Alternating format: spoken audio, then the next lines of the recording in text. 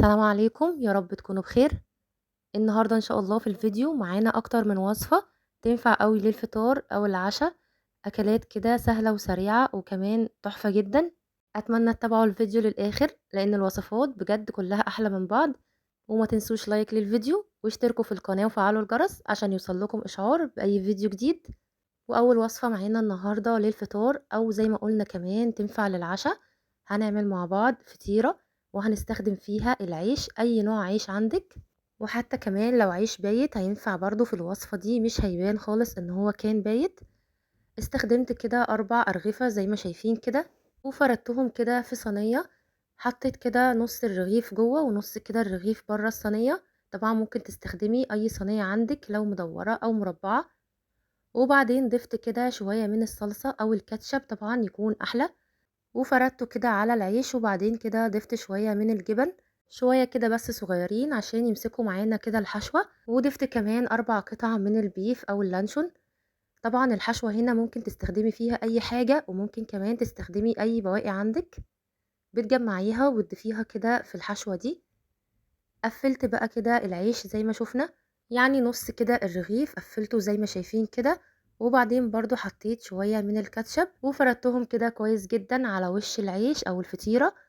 واخر حاجة بقى بنضيف كده شوية حلوين من الموتزاريلا، وحطيت كمان شوية كده من الزيتون، هيديها بقى شكل حلو جدا ويديها كده وش بيتزا. وبكده بتكون جاهزة معانا، بندخلها الفرن، بنحطها كده على نار تكون عالية، بنشغل عليها كده من تحت شوية صغيرين عشان طبعا الجبنة اللي احنا حطيناها في الحشوة تسيح معانا. وبعدين بنشغل عليها الشواية، يعني دقايق كده بسيطة وهتكون جاهزة معاكي الفطيرة. زي ما شايفين كده عملناها من العيش، وبجد فطار حلو جدا وكمان مشبع قوي. بتقطعيه بقى بقطاعة البيتزا او بالمقص زي ما عملت كده لمربعات كده، محدش هيصدق ان هو كان من العيش. يعني عملنا فطيرة كده سهلة جدا وبسيطة قوي، وكمان في دقايق كده هتكوني حضرتيها. زي ما شايفين كده الجبنة سايحة، بس طبعا كانت لسه سخنة جدا، والعيش كمان بيبقى طري قوي. طبعا من الاضافات بقى اللي بنضيفها عليه زي الكاتشب كده والجبن، بيبقى بجد تحفة جدا. زي ما شايفين كده الوصفة حلوة جدا، اتمنى تجربوها. ندخل بقى على الوصفة التانية معانا للفطار او برضو العشاء، وهستخدم فيها رغيف واحد بس، اي برضو رغيف عيش عندك، وحطيته كده في صينية تكون على قد او مقاس الرغيف. واستخدمت كيس من الكاتشب او معلقة كده من الكاتشب، فردتها برضو على وش الرغيف زي ما شايفين كده. وفي الوقت ده بقى هنضيف اي حشوة تعجبك او اي حشوة عندك متوفرة عندك. انا ضفت كده شوية من الجبنة التركي او الرومي وشوية كده من الموتزاريلا، يعني انا ضفت جبن بس. وهضيف بقى شوية كده من الزيتون، وبس كده بتكون جاهزة معانا. وبدخلها الفرن تحت الشواية بس يا دوب بس كده الجبن تسيح معانا، وبنخرجها على طول. وبيكون ده شكلها بجد تحفة جدا، يعني عملت كده بيتزا في ثواني وفي دقايق معدودة، وبجد طعمها حلو قوي. بتقطعيها بقى كده زي البيتزا بالظبط، وبجد تحفة جدا طعمها حلو قوي.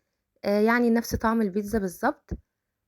تعملي بقى العدد حسب عدد أفراد الأسرة، يعني كده لكل واحد واحدة، وبجد هتعجبهم قوي.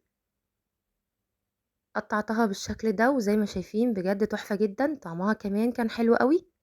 ممكن برضو تستخدمي في الوصفة دي أي نوع عيش عندك، أو حتى برضو لو عيش بايت مش هيبان خالص. وبالإضافات اللي احنا بنضيفها مع طبعا التسخين في الفرن، بيبقى طري معاكي خالص العيش زي ما شايفين كده. بجد تحفة جدا، أتمنى برضو تجربوها هتعجبكم قوي. وتغيير كده في الفطار أو العشاء، وبجد بسيطة جدا وسهلة وسريعة لكن بتفرق قوي في الطعم.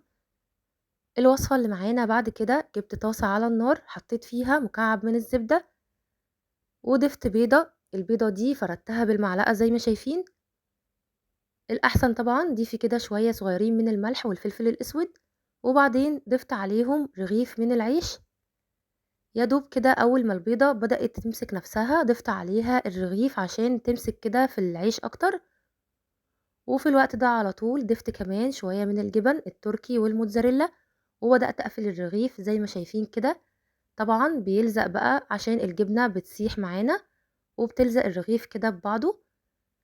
وبكده برضو بيكون الرغيف جاهز معانا. أول كده ما بياخد لون من الوشين بشيله بقى على طول وبنقدمه بالشكل ده، بيكون برضو تحفة جدا. عملنا كده سندوتش بيض بالجبنة تحفة ما شاء الله. طبعا برضو كان لسه سخن جدا بس طعمه حلو قوي، طري وفي نفس الوقت كده كريسبي شوية. وممكن كمان ما تضيفيش جبن ويبقى سندوتش بيض بس، وهيطلع معاكي تحفة جدا. الوصفة اللي معانا بعد كده استخدمت فيها العيش الكايزر. طبعا العدد بقى اللي تحبيه، بقسم كده الرغيف على جزئين. والعيش اللي انا استخدمته النهاردة ده كان بايت عندي، يعني ممكن في الوصفة دي تستخدمي اي عيش بايت عندك مش هيبان خالص.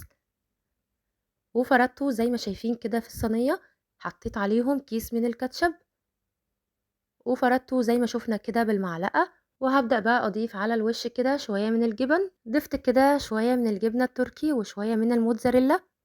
والجبن اللي بنستخدمها هنا في الوصفات ما بنحطش كميات كبيرة، يعني بكمية بسيطة قوي من الجبن بتكفي معاكي الكمية دي كلها. حطيت كمان على الوش كده شوية من الزيتون وهدخلها الفرن برضو تحت الشواية يا دوب بس الجبن تسيح معانا. وبيبقى جاهز معانا على طول السندوتشات. عملنا كده زي ميني بيتزا صغيرة تحفة جدا وبتعجب قوي الأطفال. وكمان العيش كده بيبقى كريسبي شوية وفي نفس الوقت كده طري من جوه، يعني بجد تحفة قوي. تعملي بقى العدد اللي تحبيه. وممكن كمان ما تستخدميش العيش الكايزر وتستخدمي العيش الفينو العادي وبتعملي نفس الخطوات وبيطلع برضو معاكي تحفة جدا. الوصفة اللي معانا بعد كده جبت طاسة على النار، ضفت فيها شوية صغيرين من الزيت ونزلت ببصلاية مقطعاها كده قطع صغيرة أو فرماها. شوحتها الأول في شوية صغيرين من الزيت، بعدين نزلت بكمية من الصدق. الكمية دي كده حوالي ربع كيلو بس مقطعاها كده لقطع صغيرة. ضفت عليهم شوية من الطماطم مقطعاهم برضو مكعبات كده أو قطع صغيرة، وتبلتهم بشوية صغيرين من الملح والفلفل الأسود. وسبتهم بقى على نار هادية لحد ما يستوي معانا. وبيتقدم بقى بتقدميه في سندوتشات أو بتغمسيه كده بالعيش. وبرضو وصفة حلوة جدا سهلة برضو سريعة تنفع للفطار أو العشاء. ندخل على الوصفة اللي معانا بعد كده. هنستخدم فيها صدر فرخة واحد وبقطعه كده لقطع صغيرة زي ما شايفين كده. نحاول على قد ما نقدر تكون القطع كده صغيرة جدا. وبعدين بنجيب طاسة على النار بعد طبعا ما قطعنا كل الكمية، حطيت عليها شوية صغيرين كده من الزيت. ولما بيبدأ يسخن معانا بننزل بقى بصدر الفرخة اللي احنا مقطعينه كده لقطع صغيرة. وبنفضل نشوح فيه لحد كده ما الفراخ تغير لونها. بتبلها كده بشوية صغيرين من الملح والفلفل الأسود. وبنفضل نشوح فيها لحد ما تبدأ تاخد لون معانا. وفي الوقت ده هبدأ أضيف لها حوالي كده بصلاية مقطعاها كده لشرايح أو جوانح زي ما شايفين كده.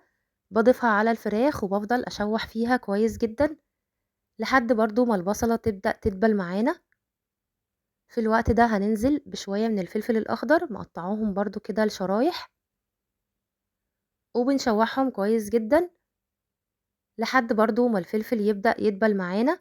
وفي الآخر كده ضفت كده حوالي طماطماية قطعتها برضو كده لشرايح.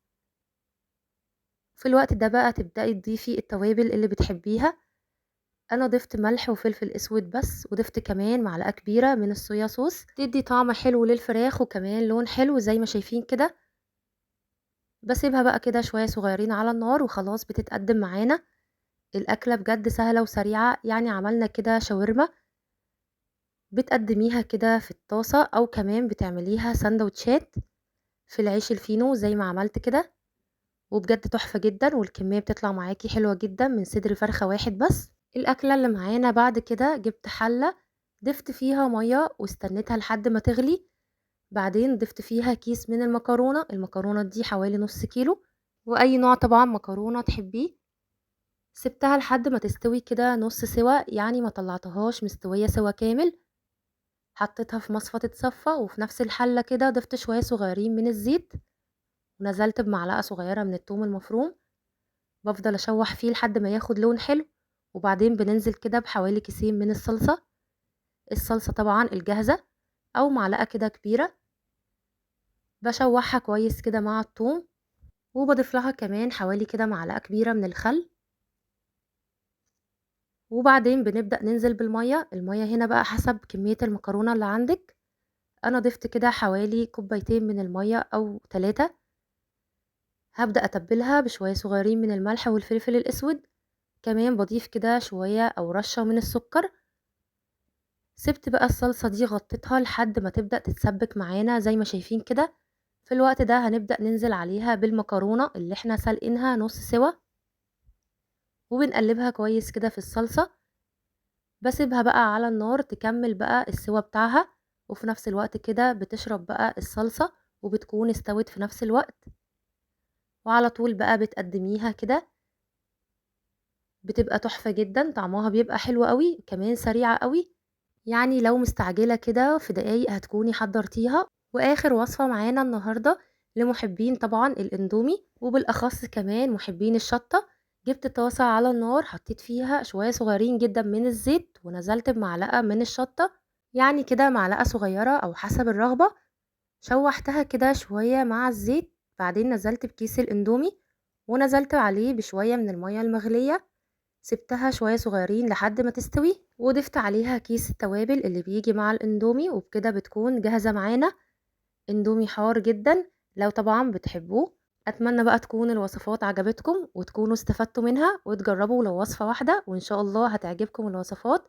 تحفة جدا، سهلة كمان وسريعة، تنفع للفطار او العشاء. ما تنسوش بقى لايك للفيديو، وفعلوا الجرس عشان يوصلكم اشعار باي فيديو جديد. واستنوني فيديوهات جديدة ان شاء الله، ووصفات جديدة. واسيبكم في رعاية الله. سلام عليكم.